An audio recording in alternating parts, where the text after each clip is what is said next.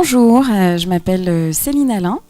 Je suis consultante et formatrice en psychologie du travail. Donc en fait, je mêle théâtre d'improvisation et psychologie pour accompagner des gens individuellement, mais j'interviens aussi beaucoup en formation sur notamment des pratiques managériales, de la relation client, etc. Je voulais vous parler aujourd'hui d'une thématique qui revient souvent pour moi en consultation individuelle, donc avec notamment toutes les femmes que j'ai pu accompagner. C'est la question de l'importance en fait de l'entourage. Donc Laetitia d'ailleurs a fait un petit récap des questions importantes à se poser, et effectivement l'entourage revient assez régulièrement. Alors comme j'ai une pédagogie assez active, je vais vous demander en fait de participer. Donc la première question que je voulais vous poser, c'était combien d'entre vous ont envie d'un nouveau projet professionnel? Vous pouvez lever la main. Super! Vous êtes au bon endroit. Deuxième question, c'est combien d'entre vous en ont parlé en fait autour de vous? Pas mal. Ok.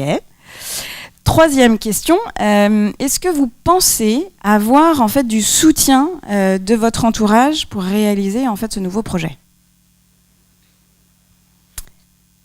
Et là, il y a un petit peu moins de mains. C'est là où je veux en venir et ça tombe bien. Alors, je vais vous demander, pour celles qui veulent, hein, évidemment, il n'y a pas d'obligation, et pour ceux aussi, puisqu'il y a des messieurs, de vous mettre debout. Ne vous inquiétez pas, je ne vais pas vous demander de faire des exercices de stretching, tout ça. Juste de vous mettre debout. Voilà. Et alors, vous allez tourner sur vous-même. Voilà. Ok. Et alors, je voulais savoir, en fait, est-ce que ça donne ça? Est-ce que vous avez, en fait, le slip et la tenue de Wonder Woman une fois que vous avez... vous êtes toujours habillé pareil? J'ai l'impression, hein. Et bien, c'est ça. Le constat, en fait, c'est qu'il y a beaucoup de femmes qui ne demandent pas clairement le soutien de leur entourage. Et effectivement, dans un nouveau projet professionnel, alors que ce soit une évolution professionnelle au sein de votre entreprise, au sein de votre collectivité, au sein de votre association, que ce soit en fait un arrêt de votre métier actuel pour vous reconvertir, parce que la reconversion professionnelle, c'est une thématique, mais il y a aussi l'évolution professionnelle qui parfois est freinée par la question de l'entourage. Maintenant, est-ce que vous avez le sentiment d'avoir le soutien entier de votre entourage pour celles qui ont répondu être soutenues par leur entourage? Mais vraiment, un soutien entier, c'est du 100%. Est-ce que vous avez l'impression d'avoir 100% en fait, du soutien de votre entourage? Voilà. Voilà. En fait, c'est bête parce que du coup, vous ne voyez pas. Mais du coup, il y a peu de gens en fait, qui ont levé la main. Donc, c'est exactement ça. Si la réponse, en fait, elle est non, par rapport aux femmes qui ont répondu tout à l'heure, oui, j'en ai parlé, en fait, à mon entourage. Et là, a priori, vous étiez 4, si j'ai bien compté. A priori, vous étiez 4 à avoir levé la main sur le 100%. J'ai 100%, en fait, du soutien de mon entourage. Et bien, justement, ce moins de 100%, ça veut dire quelque chose. Et c'est ça, en fait, qui est intéressant à creuser. C'est-à-dire que ce 100%, est-ce qu'il veut dire, et c'est des questions qu'il faut se poser, est-ce qu'il veut dire que votre projet, en fait, il n'est pas très clair? Est-ce qu'il veut dire que vous manquez d'assurance par rapport à votre projet?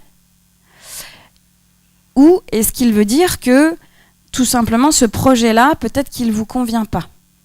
En tout cas, ce retour, en fait, de l'entourage, il est hyper intéressant à aller creuser parce qu'il veut dire quelque chose.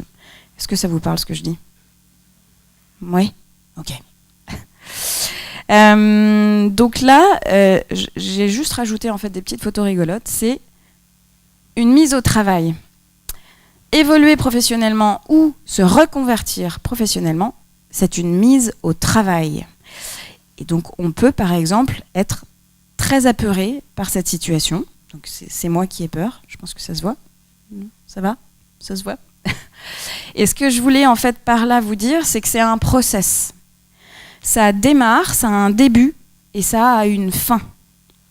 ça ne se fait pas en fait d'un claquement de doigts. Si vous interrogez en fait tous les gens qui ont effectué une reconversion professionnelle ou une évolution professionnelle, ça ne se fait pas du jour au lendemain. Donc la question c'est comment est-ce que vous vous mettez au travail par rapport à ça? L'autre étape, c'est que c'est pas toujours facile. Hein, évidemment, il y a des moments où en fait on doute, il y a des moments où on se dit ok, je vais laisser tomber, il y a des moments où on se dit c'est pas pour moi, il y a des moments où on se dit comment je vais faire, et c'est là où l'entourage en fait il est crucial, parce que si votre entourage en fait il est convaincu de l'intérêt en fait de votre projet, parce que c'est votre motivation que vous allez en fait communiquer à votre entourage. Donc c'est pas pareil en fait de dire par exemple à votre entourage je crois que j'ai envie de changer de métier. Ok, très bien, ça c'est une posture. Et puis après il y a une autre posture qui peut être j'ai envie de changer de métier et j'ai besoin que tu m'aides pour ça. Et là c'est pas pareil. Là vous demandez en fait à l'autre de vous accompagner. Donc l'autre, il va comprendre votre demande et l'autre, en fait, il va pouvoir aussi mettre en place, c'est ce que disait aussi Laetitia tout à l'heure, potentiellement pour les femmes qui ont en fait des enfants, de vous dire ok, eh ben, je vais plus m'occuper des enfants. Pour d'autres où justement vous avez par exemple beaucoup d'engagements en fait bénévoles, et ben vous l'expliquez en fait à votre conseil d'administration ou au bureau avec lequel vous bossez en leur disant là je suis dans une phase de ma vie où j'ai besoin d'avoir du temps pour réfléchir à mon projet professionnel. Et du coup, ça ne veut pas dire par exemple que vous allez quitter le bureau ou le CA de l'association, mais ça veut dire qu'eux, ils vont faire en sorte de vous soulager et de vous accompagner. Dans les autres étapes, il y a les envies de douceur pour la personne en fait, qui nous accompagne. Ce que je veux dire par là, c'est que si vous faites appel à une personne extérieure, donc un coach, un psychologue du travail, un consultant, un formateur, un mentor, une mentor, enfin il y a plein de gens en fait qui peuvent vous accompagner là-dedans. C'est parfois ces gens-là vont vous renvoyer quelque chose qui va peut-être pas vous faire plaisir. Et ça, c'est aussi une des étapes de la reconversion ou de l'évolution professionnelle. Et donc, c'est pas forcément que des moments de pur plaisir et de joie où on ressort d'un rendez-vous, par exemple, et on se dit « Ouais, c'est génial, j'ai trouvé ma voie et je sais comment faire !» Non, il y a vraiment des fois où, en fait, on est juste complètement au ras du sol et on se dit je ne sais pas, j'ai envie de pleurer et je ne sais pas comment faire parce qu'il y a plein de choses en fait qui se bousculent dans ma tête. Autant en fait au travers de ma vie perso que de ma vie pro, parce que les deux en fait sont forcément liés. Voilà, je crois que j'ai à peu près tout dit. Je voulais juste en fait simplement conclure par encore une fois, l'entourage vraiment il est crucial.